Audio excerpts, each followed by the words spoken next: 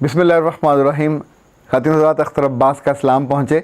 आपने कभी न कभी ज़िंदगी में मैराथन रेस देखी होगी जिसमें सब दौड़ रहे होते हैं और ये हर उम्र के लोग होते हैं, बूढ़े भी होते हैं, जवान भी होते हैं, नौउम्र भी होते हैं, कम उम्र भी होते हैं और इकट्ठे जो के भाग रहे होते हैं तो कोई किसी की खबर भी नहीं लेता, मुड़ के भी नहीं देखता, बस सब भाग रहे होते हैं।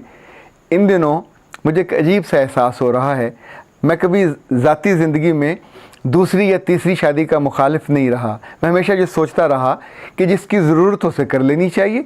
ये कौन सा मसला है, रब ने अगर इजाज़त दी है तो जब जब आपको ज़रूरत हो उसके बारे में सोचना चाहिए, अगर आप अफोर्ड कर सकते हो और चीज़ों को मैनेज कर सकते हो।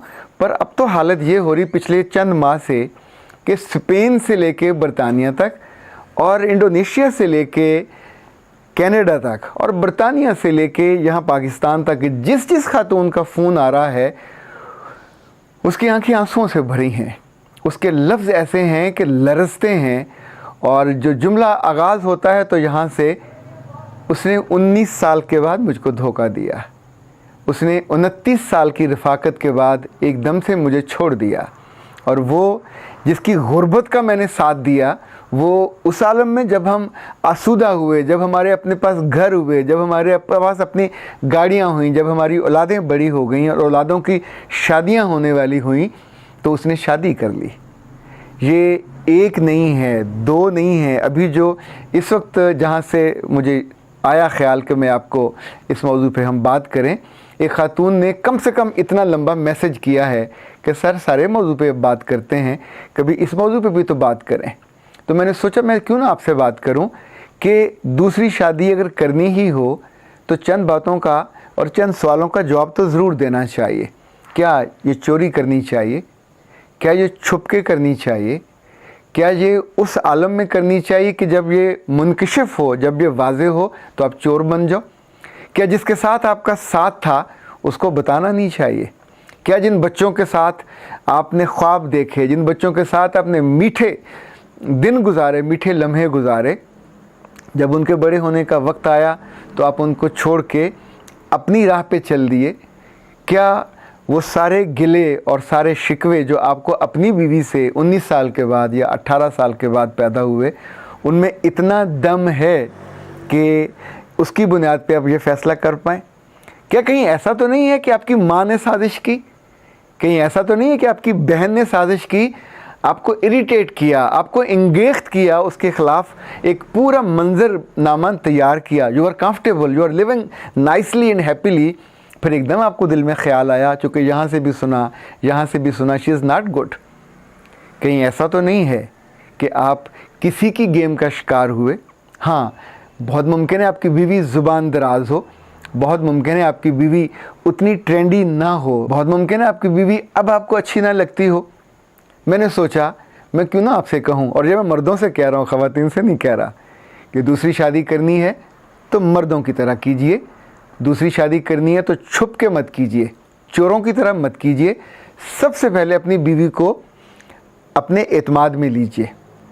अगर आप उसको कायल नहीं कर पाते तो फिर उसकी बात से कायल हो जाइए। दूसरा, अपने बच्चों के बारे में सोचिए। जब आप दूसरी शादी करोगे अपनी खुशी के लिए, बिस्मिल्लाह, आपका हक है, इसे कोई मना नहीं कर रहा, पर वो बच्चे फिर आपके नहीं रहेंगे। आज के अहद में बच्चे अपने बाप की दुई पसंद नहीं करते और वो जितना मर्ज़ी अच्छा वक्त गुज़रा हो, ये कीमत है जो आपको चुकानी पड़ेगी। तीसरा, आप उन बच्चों की कीमत चुका सकते हैं तो फिर कोर्टों में रुलना भी पड़ेगा, वहाँ केस भी होंगे, आपकी बीवी का नान नफ़का भी देना पड़ेगा और बच्चों के अखराजात भी देने पड़ेंगे। जब हर माह देने पड़ेंगे उनके 18 साल तक तो आपको तकलीफ़ होगी। हाँ, अगर आप खुशदिली से देना चाहते हैं तो बिस्मिल्लाह। कितने लोगों को मैं जानता हूँ उनके माथे पे शिकन भी नहीं आती, वो उनका हक समझ के उनको देते रहते हैं। 17-18 साल देते हैं जब तक बच्चियों की शादियाँ नहीं हो जाती, जब तक बच्चे बालिग नहीं हो जाते। पर इस बात को याद रखिएगा, कितने ही ऐसे लोगों के फ़ोन जब मुझे आते हैं और इतनी वो मासूमियत से और इतनी मोहब्बत से कहते सारी गलती छोटी सी की थी, जिन बच्चों के बिना मैं तो जी नहीं सकता था, ये मुझसे दूर हो गए। तो ये कीमत आपको इल्म होना चाहिए था कि चूँकि बहुत मुमकिन है आपने किसी खूबसूरत लड़की को देखकर उसको पसंद किया हो, बहुत मुमकिन है किसी की अदाएँ आपको भा गई हों और बहुत मुमकिन है किसी का ट्रेंडी होना और फैशनेबल होना आपको अच्छा लगा हो, पर यह भी तो हो सकता था कि आप अपनी बीवी को वैसा बना लेते, पर उनके बारे में आपने नहीं सोचा, तो आपने बहुत गलती की। या कम से कम आपको, जैसे हम शॉपिंग लिस्ट बनाते हैं, एक लिस्ट तो बीवी को देनी चाहिए थी कि मुझे तुमसे ये और ये और ये गिले हैं। कितनी ख़वातीन मुझसे गिला करती हैं कि सर आप हमसे तो ये तवक्कुआत की लिस्टें देते हैं कि अपने मियाँ को यूँ खुश करो और अपने मियाँ को यूँ खुश करो और उनका यूँ ख्याल रखो, पर कभी उनसे भी तो कहिए कि हमारा भी तो ख्याल रखें। पहले मैंने सच कहूँ इस बात पे नहीं सोचा था, पर जब ये इतनी ख़वातीन दुनिया भर के मुख्तलिफ़ मुल्कों से एक ही मौजू पर और एक ही दुख में निचड़ी हुई बात करती हैं, तो मैंने भी अपने ख़्याल को रिकन्सिडर किया है कि ये फ़ैसला इतना आसान नहीं है। अपने बच्चों को बीच चौराहे के छोड़ के आके, यहाँ आपकी शादी नहीं हो रही तो आप जाके KPK से किसी खातून को ख़रीद लाते हैं, उसको पैसे देते हैं और उसको ले आते हैं। ये शायद शादी ना कहलाए, ये कुछ और होगा। इसी तौर पे वहाँ गलत बयानी करके, वहाँ बैंकों में अपने घर को रहन रखवा के आप 1-1.5 करोड़ रुपया ले आते हैं और आके लोगों को शो करते हैं, दिखाते हैं कि दिस इज़ माई वेल्थ और मुझे कोई ब्याह मेरा नया रचा दे और कर दे। और फिर 1-1.5 साल के अंदर ये सारे ही बेवफा पैसे जब खर्च हो जाते हैं, ज़ाया हो जाते हैं, तो फिर खाली हाथ फिर दोबारा वहीं जाते हैं जहाँ आपके प्यारे मौजूद थे और अब आपको वो घर में दाखिल नहीं होने देते और अब आपको अपनी ज़िंदगी में बेदखल कर देते हैं। अब वहाँ आप जबर नहीं कर सकते, जाओगे तो पुलिस आएगी और आपको पकड़ के ले जाएगी। पाकिस्तान में थोड़ी मुख्तलिफ है, बाकी दुनिया में कवानीन थोड़े मुख्तलिफ नहीं है, बहुत मुख्तलिफ हैं। वहाँ घर भी बटेगा, आधा आधा होगा, आधा आपको मिलेगा, आधा बच्चों को या बीवी को मिलेगा। सो आपकी इनकम भी आधी आधी होगी और आपको उनकी रिस्पॉन्सिबिलिटी भी उठानी पड़ेगी। उनके सारे एक्सपेंसेस को मेजर करने के बाद फिर जो बाकी हिस्सा बचेगा वो आपको मिलेगा। पर ये भी याद रखिएगा, कुछ लम्हे कोई आपके साथ खड़ा नहीं होता, और अगर आप हक पे हो और अगर आपके पास दलील लॉजिक मौजूद है तो मेरा ख्याल आप अपने बच्चों को भी कायल कर सकते हैं, आप अपने बीवी को भी कायल कर सकते हैं।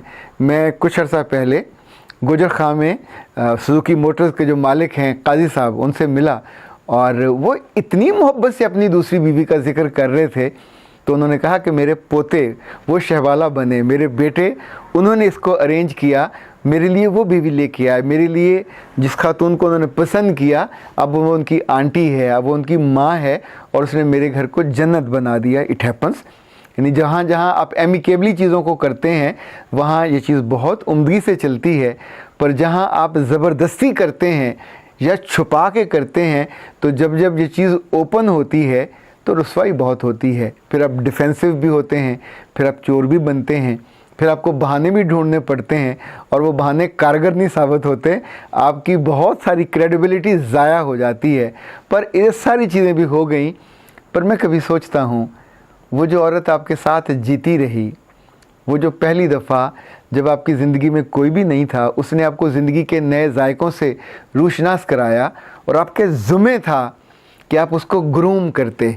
अगर आपको फ़िल्में देखने का शौक़ था, आपको टीवी देखने का शौक़ था, आपको ड्रामे देखने का शौक़ था और आप उनकी लड़कियों के लिबासों को और उनकी शक्लों को और उनके मेकअप को पसंद करते थे, तो आप अपनी बीवी को भी वैसा ढाल सकते थे। दूसरी शादी हमेशा बुरी नहीं होती, कहीं बहुत ज़रूरत होती है, कहीं वाजिब हो जाती है, कहीं आपकी ज़िंदगी आगे चल नहीं पाती, पर इसलिए कर ली जाए कि चूँकि पैसे ज़्यादा आ गए हैं तो ये तो दलील अच्छी नहीं है।